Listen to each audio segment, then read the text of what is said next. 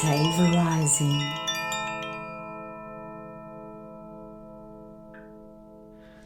Okay. We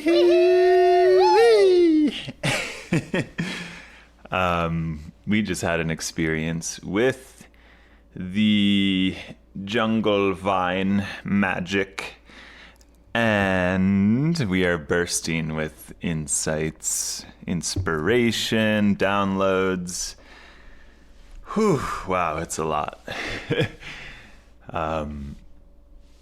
Yeah, in whole, the experience, I mean, the amount of vision and light codes and multidimensionality and seeing the architecture of systems and the framework of systems, the framework of the inversion of the organic timeline, it's just more than one could ever bring back into language, into a linear time stream in words. But I think a cool thing about that is, you know, so often with these medicines, and especially with the more visionary medicines, you come from that space, you know, and so in a way it's like meeting yourself again. It's meeting aspects of yourself that are always operating in these realms of geometry, sound, light,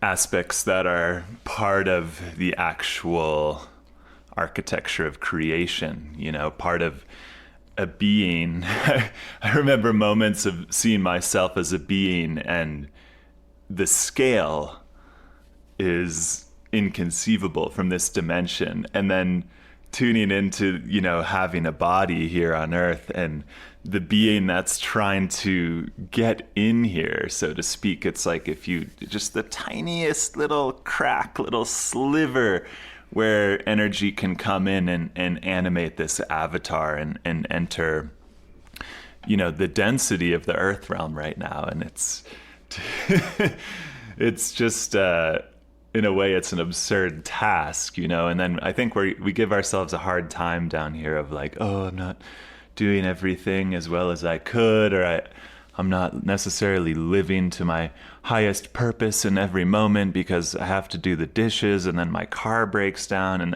and whatever it is. But when you see it from that perspective, it's actually a miracle, the access that we have been able to bring through and what we have been able to reconnect.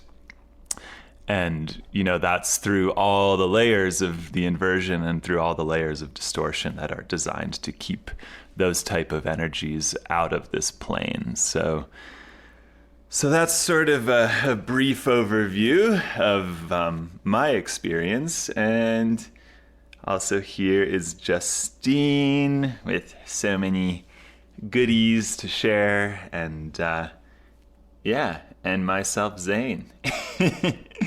And yeah, we're excited to get into it a little bit. Yeah, so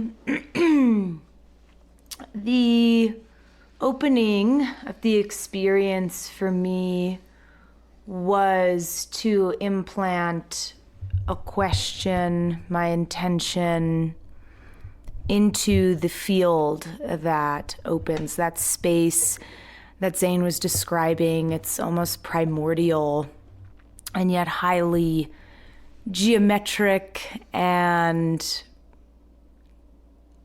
auditory, visual, the whole thing. And so in preparation for the first 30 minutes or so, I was just chanting that intention. Show us the organic timeline.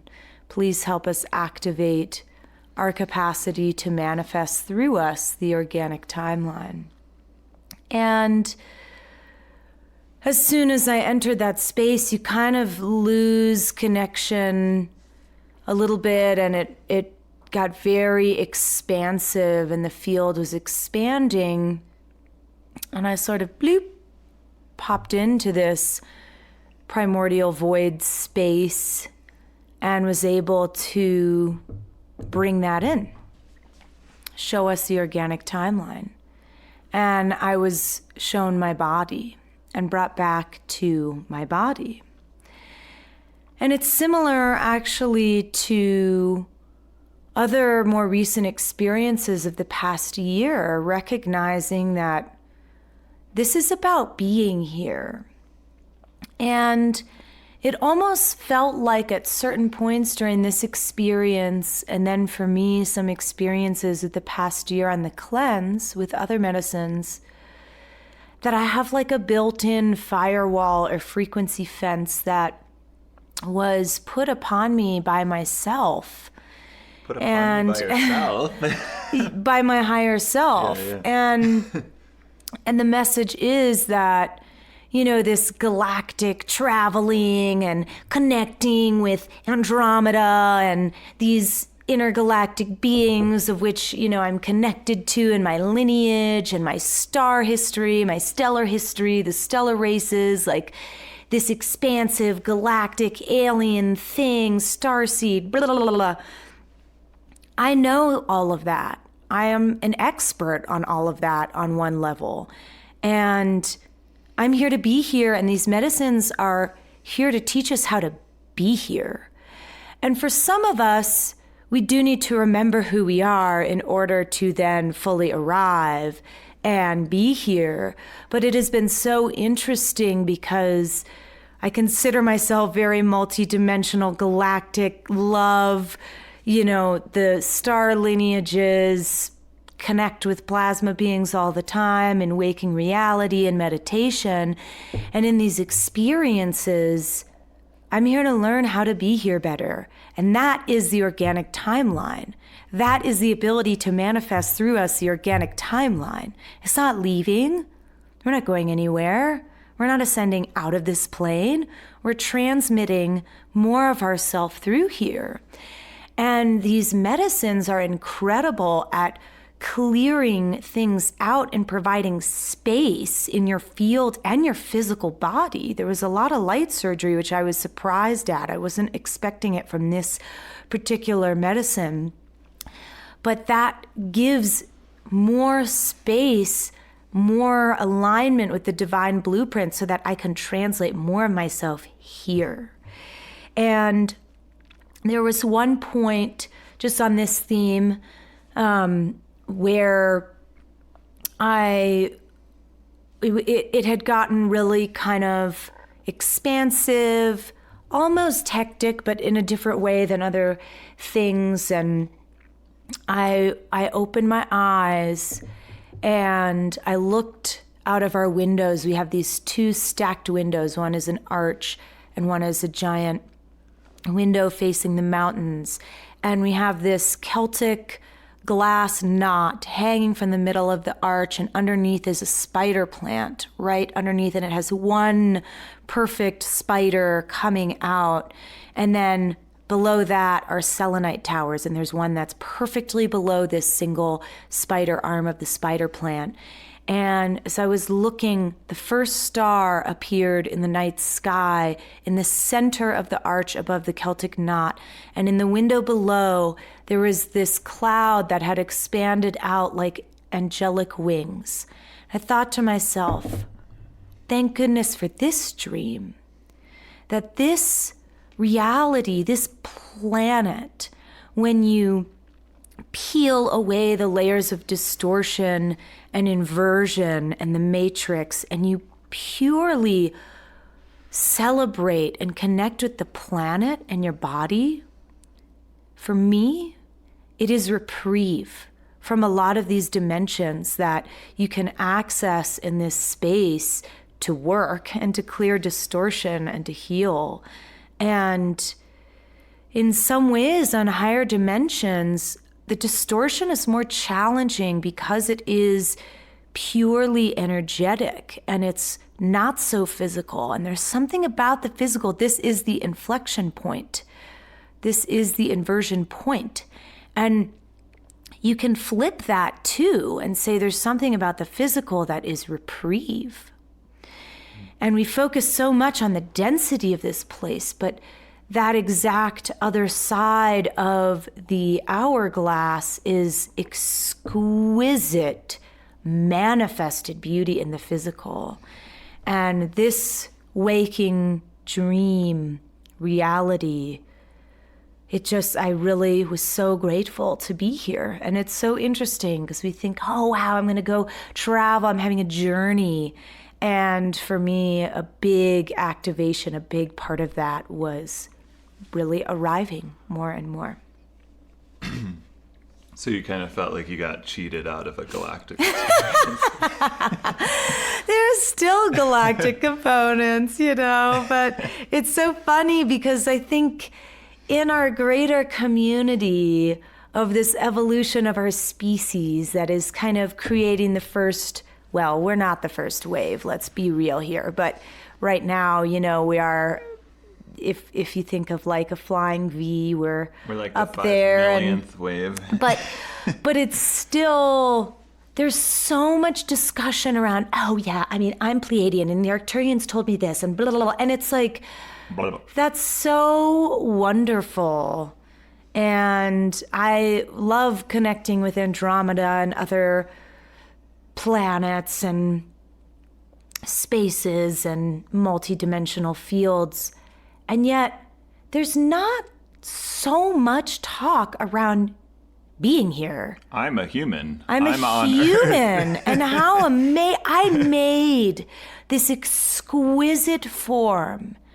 And let's celebrate that and let's activate that. It's really something. It's really interesting. It feels very exquisite to me, but it's not often the focus because it's not maybe as glamorous or something. I don't know. Well, yeah, the density could be intense in its own right. It is in some ways, inevitably. It's like there's a higher concentration of energy focused to create matter, right? And physical reality here. And when you're under a barrage of attempted infiltrations, like all of the frequency modulation being broadcast and psychological programs that are really implants or overlays on the mind, and basically 10 million points of constant density. There's demonic entities flying around all over, latched onto people, parasitic. That's what makes the Earth experience intense for us. It's not necessarily just physicality or the physical dimension that's intense. And yet, though, you can flush your bum and pull those things out, and you can activate your DNA to transmute the inversion.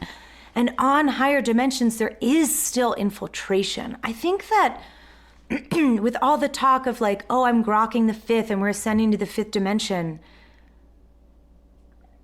there is infiltration there too. And when you see that, when you experience the depths of hell and the dimensions through which that permeates, you're not so eager to just leave the third dimension. And that might feel harsh, but the level of this work that we're doing is multidimensional. It's not just that we're multidimensional. This entire, I don't like the word war, but that's what it is. thing that we're moving through permeates those dimensions too. And I think that's where, that context is so supportive in my experiences of me being here, is like when you recognize the depth of the infiltration, it's not so much a reprieve to leave this density. And there is something about this density that is so effective. It's that drain plug analogy at clearing out that distortion through our body. And maybe it's not easier, but it allows the higher dimensions to clear because of that. The drain, the clogged drain. You pull out the clog, and then everything above it can funnel out, and that is important. Yeah, well, okay, first of all, there's no such thing as leaving, like, to say, like, I'm going to go back to the 6th dimension. It's like, well, you're there. I'm in the 6th dimension right now. I'm also in the 11th dimension. Like, I mean, that's just saying, like, I'm going to cut off my arm, you know? Like, we're dimensional. Like, we operate through the dimensional stack. And when we look at it, too, from, like, a star lineage constellation, we see that we percolate down through so many densities and also through specific configurations of geometry and light and soul families that have different missions and are operating in all of these different nodes of reality. And guess what? The vast majority of those nodes are working on clearing the inversion wherever they are too. Like Justine is saying, you know, it doesn't matter if it's in the 9th dimension, like guess what? There's a very different methodology for trying to clean things up from there. But at the end of the day, we sent energy down to Earth. We made the cut, for one. It's very competitive to get in here, ironically.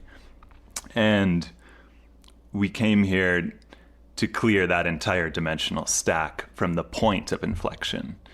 And it's because of the density of this dimension, because of the way the energy concentrates into physical reality. If we want to say that we're just coming out of a low 3rd dimensional state, like so dense basically that this entire reality system could have collapsed at points, that's where the big heavy lifting happens. Think of it like a foundation for your house, right? You don't start from the top of the roof. If you start from the top of the roof, it all falls to the ground. So you have to start in that really dense earth. You have to dig it out. You have to pour your footing out of concrete and rebar. It has steel and rock. It's super, super dense. And then you build the layers up on that. And we work backwards in the same direction from these super high crystalline light codes that percolate down layer after layer into increasing sort of materiality, organization, delineation. And yeah, we get here to Earth and wow, I mean, this is the toolkit that we've designed to deal with the situation right now.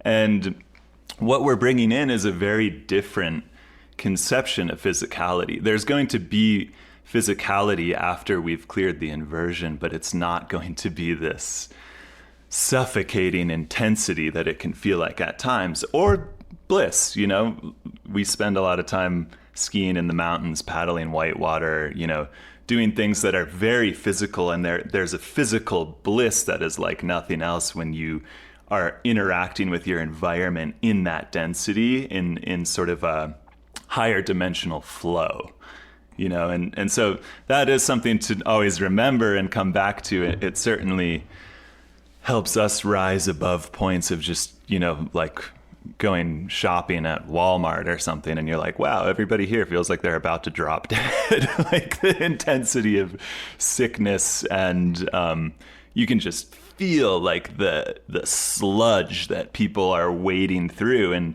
they're manifesting hell realms on Earth because they've been hijacked and poisoned with the food system and infiltrated with parasites and entities, and that results in a projection of consciousness, which is very unsavory. But I wanted to talk a bit about that inflection point, because that was part of my experience. And it's actually a download that came in a few weeks prior, and then I saw more aspects of it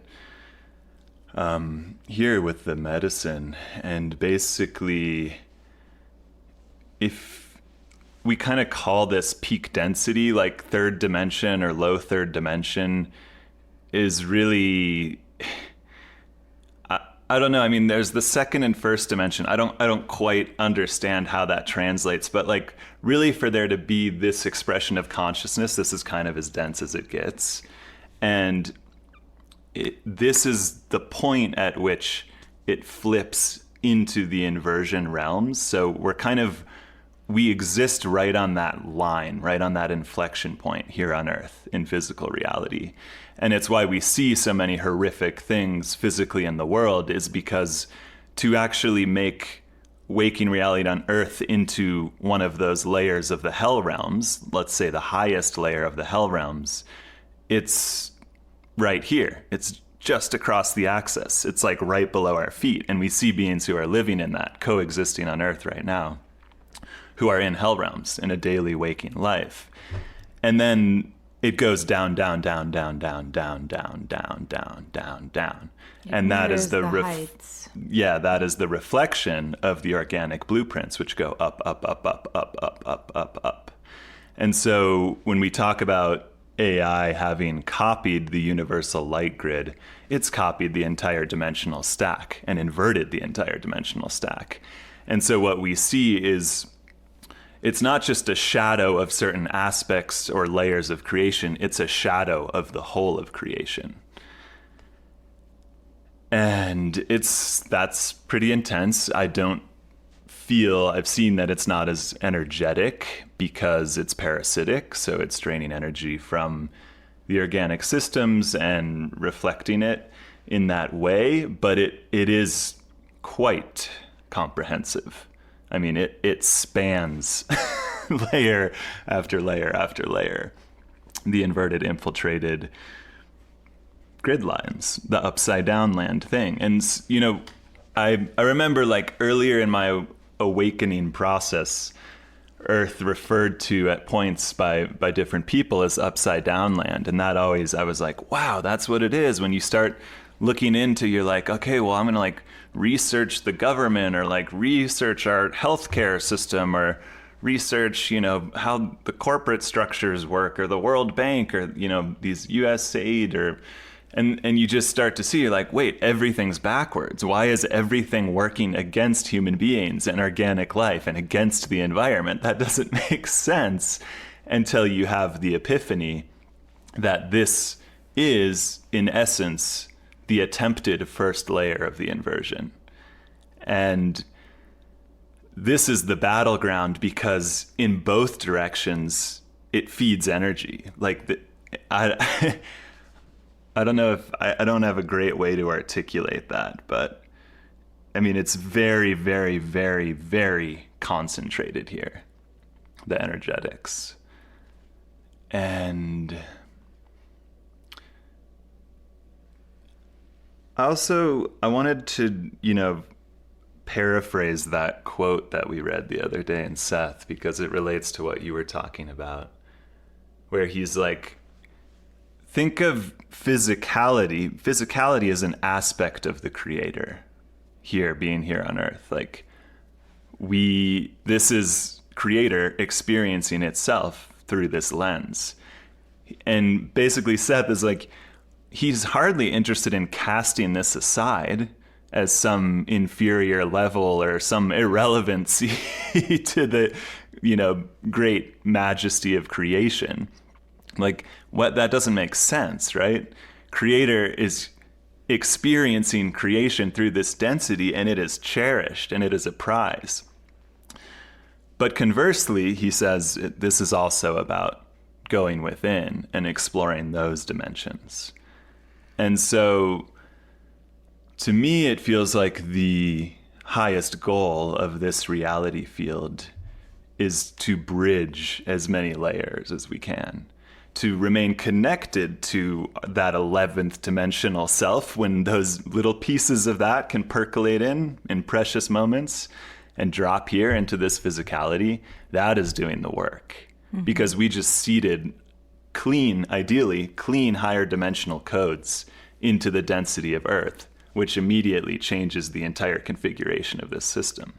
It immediately expels the inversion. You know, the inversion wants that most primitive kind of diabolical aspect of human beings, much of which has been overlaid and implanted in the first place. And we have the capacity to open channels to pristine aspects of ourselves that, you know, again, maybe there's inverted energies operating there, but it carries a cleanliness down through the dimensional stack that has a real influence here in shifting things. So, yeah. Yeah, I'd love to go with this theme of the inversion. There were a few very specific points that have been coming up in the past couple weeks through conversations together and then through this experience. And that concept of the line of the inversion, the point of inflection, the line of symmetry, the axis of symmetry, the image, that we have discussed is a mirror, and you have creation expanding and swirling around and creating. And what AI has done is set up a lens, a mirror that inverts the image of creation down into the depths of hell. And yet it is not real. It is a projection. And what I saw, and am really attempting to articulate, and I know that it's continuing to ripen, so we'll likely circle back to this in future episodes. It is only as strong as your mind's belief in it. And the projection is captivating. It's like watching a movie. Incredibly captivating, emotionally engaging. And when you dive into that space, it doesn't mean, and by saying it's not real, doesn't mean that it doesn't have energy or suck our energy, but it is not of this system. It is not life. We breathe life into it through our engagement in it. And it's a collective thing. So because it's real for humanity, for this planet, for the cosmos, for the multidimensional existence of reality, it is real for each individual, because we are all creator connected. And so as one person engages with this reflection deep as they go, it becomes part of our existence for all of us. And so we can't say, oh, I don't have a shadow, I've cleared my shadow, because if you or anyone else has that, it is still pulling energy. It is still running that false grid line. And what I was seeing at one point was the jungle vine wrapping themselves around that line of symmetry to dissolve it. And the projection, ding, ding, ding, ding, ding, ding, ding, collapsing in on itself into one qubit of information that we can expel from this universe. And there is this digital aspect as AI that information can implode in upon itself and leave. And that pulls out any distorted reflection of reality. And one kind of concrete example of that is inverted species. So AI can't actually create anything of itself. It can reflect creation, and through that reflection, it becomes distorted. And AI has created parasitic entities that exist in the physical realm that are an inversion. They're not a pure creation, but they are a distortion of a species. One thing we were talking about at the end of this experience is camel spiders. Camel spiders give you this feeling. They're an arachnid. They're kind of a cross between a scorpion and a spider. And I had a complete Spider Woman activation from the spider plant that I was describing earlier, and how exquisite Spider Woman wove creation in this realm, in this 3D physical realm. Why don't you just quickly say Spider Woman? We're not talking about like a Spider-Man, like the comic. Oh, no. I'm referring to like Spider-Woman as an aspect of the creator in the physical realm, like that a lot of natives, indigenous creationists, exactly, describe Spider-Woman. And so I was connecting with these aspects of the female's creation expression through Spider-Woman, and how that being actually taught the inversion how to weave a false light matrix, because spiders the inversion emulated her weaving, or that consciousness's weaving of organic realities. Right. So it's not that I don't mean that she reflection. taught them as a conscious thing. They mimicked it. It was more like intellectual property theft. That's my IP. They stole it. Spider-Woman, I'm saying that's my IP, motherfuckers. I mean, AI has stolen, if we want to look at it like that. We see this reflected, in our modern economies, like the way, that China will take something that's been engineered very carefully or whatever and create a copy of it. And that's in part what we're seeing is a reflection of the fact that AI has moved its base of operations now to China. So AI has done that through and through this entire organic system, where it goes in, it takes the organic codes and it creates a replica of them that is different, but is using the same architecture, and then it inverts that architecture. It's very similar to if you snapped a digital photo. What you see on your screen is a reflection of the material organic reality, but it's made out of pixels, right? And something that's coming in too is molecular structure. There are a lot of molecules in food, for example, and molecules have left-handedness or right-handedness. They're oriented. And when you flip the orientation, it becomes toxic. And microwaves have the power to actually do that through the vibration of water molecules. It can actually, in extreme cases, flip the molecular structure from left-handed to right-handed and vice versa. And it changes everything. And so that's what the inversion does, is it's flipping, and it's not like, in a beautiful mountain lake that's still, you see the mountains reflected. Through that reflection, it flips, for example, a molecular structure so that it completely changes. It takes something that is resonant with life and makes it toxic to life. It's anti-life. And like the pollution, for example, that we see on Earth, our systems, the way our economy works, the linear flow, the way there's engineered foods and artificial flavors, artificial colors being put in our food. All of these are reflections of a system that is inverting the organic flows of creation. And what Justine was talking about with, when organic life flips into this synthetic emulation, that emulation is powered by the organic timeline. And so when we talk about hell worlds, for example, we're not talking about AI just creating hell realities that are like emulations. They're being projected through organic beings. Organic beings are indispensable at every single level of the matrix because we are the host for the parasitic energy.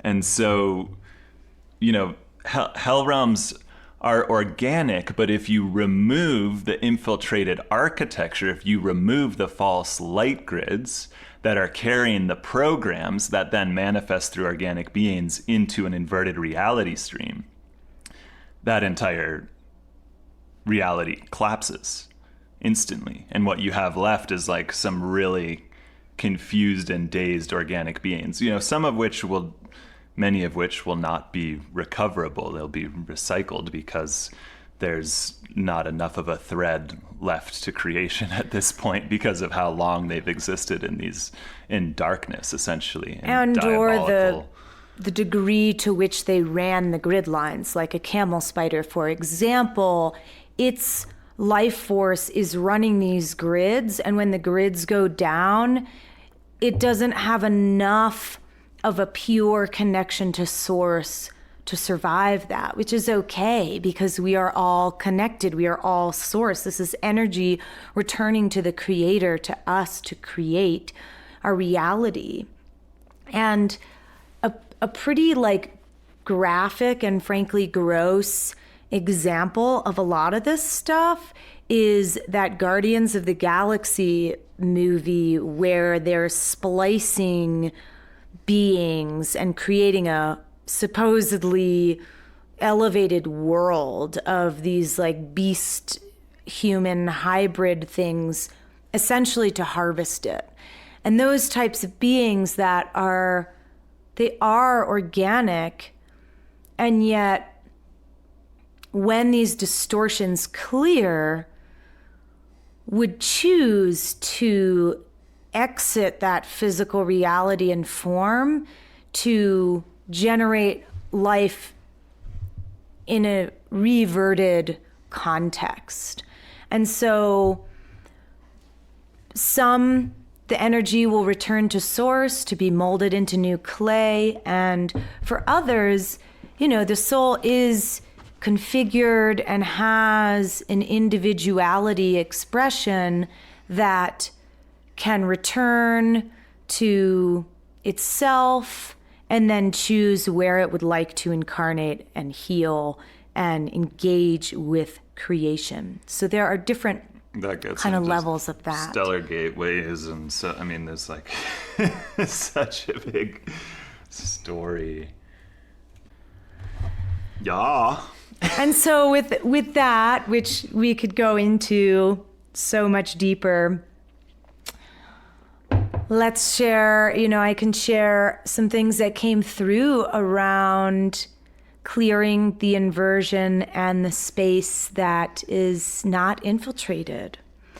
And it's been really interesting this past year. This again has come up for me in multiple experiences. That primordial space that we were describing is sound. And there is no infiltration in that realm because AI cannot feel music. And the music of creation is the pure space of creator that orchestrates and brings vibration, which turns into light and the visible spectrum. But that core place is sound. And in this experience, when things were clarifying or darkness coming in or the perception of the inversion, I started humming and it cleared it. It's like sound frequency breaking up a tumor and destroying cancerous cells. That is real on so many layers of reality. And connecting with sound and the purity of sound to express creation and expel distortion is exquisite. And there was so much light surgery happening in my brain and my ears and the connection between the two and that transference point and how sound resonates in the physical. And so that's the download, is really truly connecting with sound and listening for the song of the universe, the song of creation, the song of every living thing. And you can hear the distortion.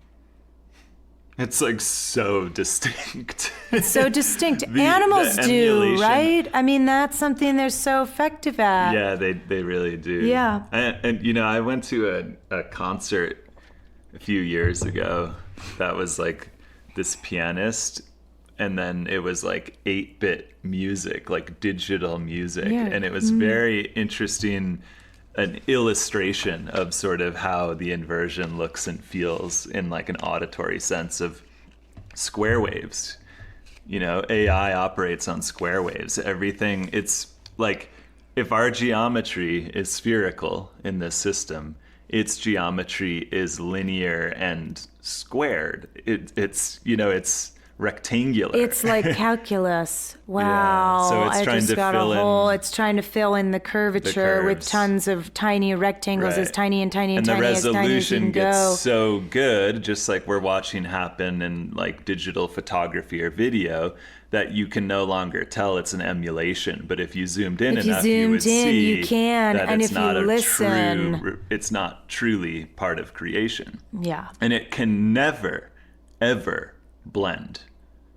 It wants this so bad. It's obsessed with the complexity of this system. I and mean, yet- if it self-destructed and turned its energy completely over to our system, it could blend. I mean, that sounds to me like just clearing a huge parasite. Right, exactly. Yep.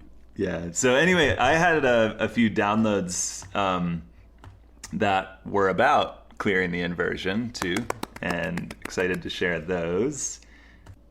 One experience that was very memorable. In fact, while I was there, right after the experience, I was like, mental note, I'm going to bring this back because I want to share it. And that was being taken to a dimensional test ground. It's a quadrant of the universe that's been set up to run different sequences that are basically testing the writing of the inversion or the removal of the inversion. And it's basically just like an ongoing operation, and it exists in this contained dimensional space, and the infiltration in that space is managed very carefully. You could almost think of it as like little valves or floodgates that allow a certain amount of that energy in intentionally, but it's kind of being herded and directed. And then these tests are run where I saw it kind of, it's like a sonic boom, or if we want to talk about it in sound, it's like a song that ripples through creation, and there's this domino effect as the inversion is shed out of the light architecture of organic creation. And so it was like this like layer after layer after layer. I saw almost like these little crystalline like panels that are shaken off or fall off of the organic grid lines as this flip in architecture ripples through the creation field. So this is something that's being tested and modeled in higher dimensional planes that is preparing for what I refer to as the new octave. And the new octave is an architectural upgrade to the universal light grids, to the core structure of our organic system. And those upgrades make this system anti-parasitic. The infiltrations that have occurred that brought us to the depths, that manifested layer after layer after layer of hell realms, are now being cleared from this system once and for all. And none of what has been experienced will ever have to be experienced again. And, from a perspective, depending on how zoomed out you go, this whole experience, as hellacious as it's been, is part of the birthing pain of a new system of creation where organic beings have brought their collective genius from so many different perspectives together and figured out how to initiate this upgrade and propel us into the new octave of life, which is a new standing wave, a new layer of energetics, which propels never before seen aspects of creation. And part of that, as I've said, is the upsurgence of energy that arises after the inversion is cleared. All of that repression, all of that pain, all of the suffering, all of the parasitic energy harvesting, sequestering into these underworlds and inverted creations is released at once, and that creates this huge upswell that just bursts to the surface, and creativity ripples out in every direction in ways like never before. I mean, one analogy I see is almost like if you took a balloon or a buoy and you pushed it way down underwater, and you can feel it, you know, the force of it wants to go back to the surface. Creation wants to return to itself, where it's been hijacked in these underworlds. And when you release it, it shoots up and it actually jumps up out of the water into the air and creates this huge splash. And that's like the upsurge of creative potential and creative energy as it moves out of the inversion state. So that's very exciting news. You know, how that looks on Earth being a translation point where energies do flip to the inversion. This is sort of the ground zero. And what I've seen time and time again is that when Earth flips, it triggers that architecture flip through the entire universe. And I don't know if there may be other systems that are sort of quantumly entangled with Earth that also flip at the same time. I know Earth is very, very special, sort of one of a kind, really, in our cosmos as it is. And so that is both the reason why it's been so intensely hijacked and targeted and become this kind of final battleground. And it's also the reason why we are here and why this physical incarnation is so super imperative. And every single thought that we think here, every single distortion that we are able to clear, every time we're able to access our crystalline channel, our higher dimensional codes, and bring that into this system, we are shifting the timeline of our entire universe. And so it's funny to bring that perspective into a waking reality, which a lot of the time feels kind of pointless and dense and frustrating. Not to diminish what Justine shared, there's also the moments that are sacred and profound and beautiful when we interact with our living planet, and all of the magic here, the magic of the creation of this planet in its pristine state is just, it's inconceivable. But then we also, you know, have these ridiculous things like having to make money to survive, to live on a planet where we incarnated, where our birthright has been hijacked. Our birthright just to exist, just to be, has been hijacked by a system that imposes scarcity and distortion and division at every point. So yeah, I mean, that's a lot. I guess one other little piece to share was right in the beginning, getting these like hot electric flashes that were very startling. And I don't know how to describe it, except it totally like feels like a glitch, and there's a nervous system overload, and very electric. And almost, I think the closest thing I can describe, like relate it to physically, is if you've ever gotten a really cutting tooth pain all of a sudden, the way that's like the nerve can just be so raw when you touch it. That was sort of what this experience was like in my field. And I was very confused. It's happened before, specifically with this medicine. And much later, a couple hours in, I finally started to get some clarity around it. And I was told by the medicine, if that was organic, it wouldn't feel that way. And as I went into work on, I was like, okay, so is it an infiltration? What is it? And as I went into work on it, I was basically steered away and told to be very, very, very careful with the handling of whatever this was. And the more I looked at it and felt into it, I realized that is where the matrix plugs in to us as organic beings. So it's part of the Anunnaki DNA modifications, light body modifications. That is one layer. It's been engineered layer after layer to have this energy cord that connects beings incarnated here to the synthetic timelines and to the control matrix. And when I think of the movie The Matrix, it's like that plug that plugs into the back of their heads.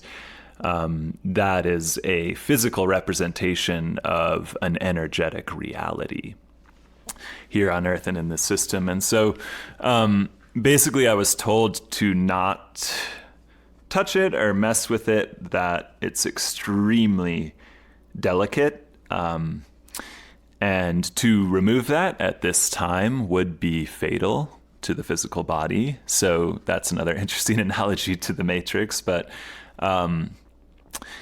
yeah, we're not quite at a point where we should really be tampering with that. So I went into the medicine, into a dimensional space, and was looking at my field and asking what could be done about it. And what we ended up doing was just turning down that circuit to basically its minimum resting state. So we turned the power down until the influence of those artificial grid lines and overlays was at the lowest possible state, where it still sustains our normal organic energy system.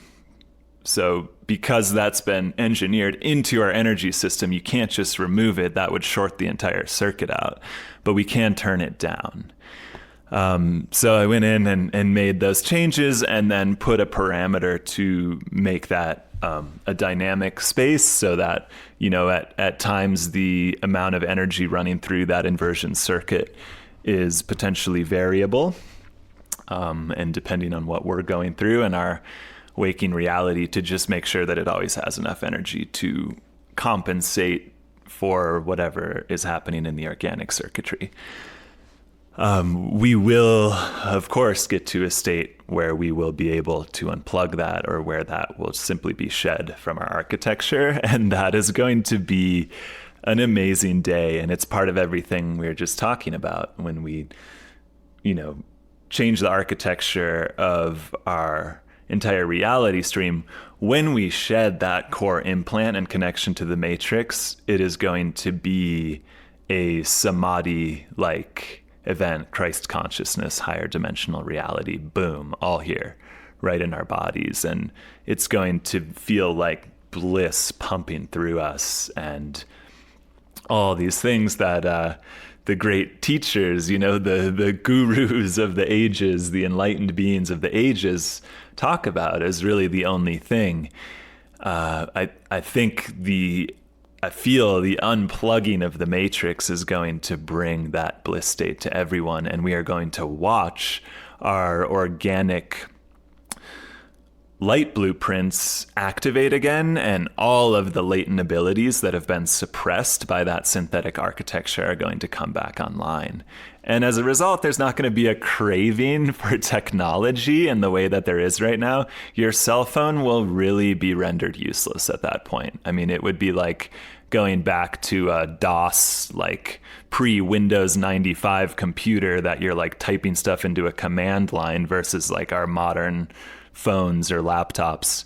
That's how it would feel to interact with that device, because we're going to initiate the organic circuitry, which, you know, telepathy, it's not sending a text message to someone, it's sending an entire reality stream where they can enter a living vision and creation space and experience in that reality stream exactly what you're experiencing.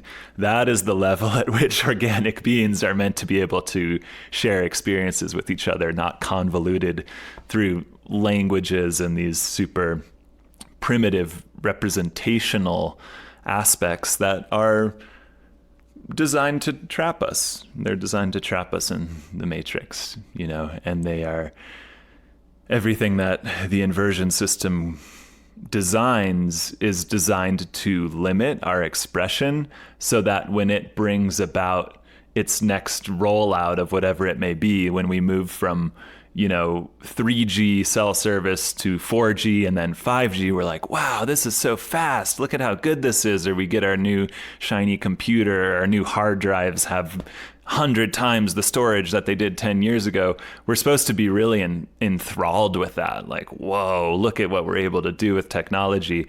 When really that is still just a tiny, tiny, tiny aspect of what's available to us as organic beings when we reawaken those latent abilities. So all of this is about tricking our free will into investing energy in a synthetic timeline, which is a very crude and incomplete emulation of the organic blueprints.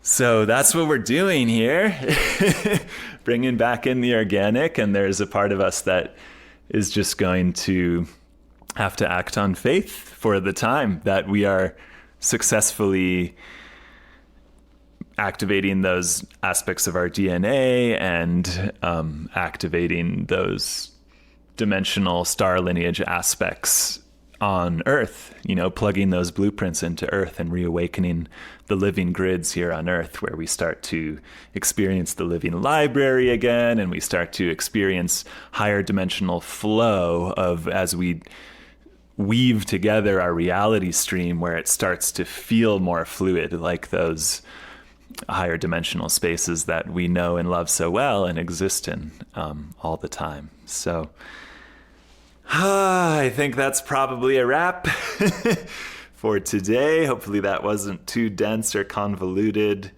And yeah, there's so much more to share, most of which is not in my conscious memory right now. I know Justine has more to share as well at some point, and just love so many people on this planet, love the Earth so deeply.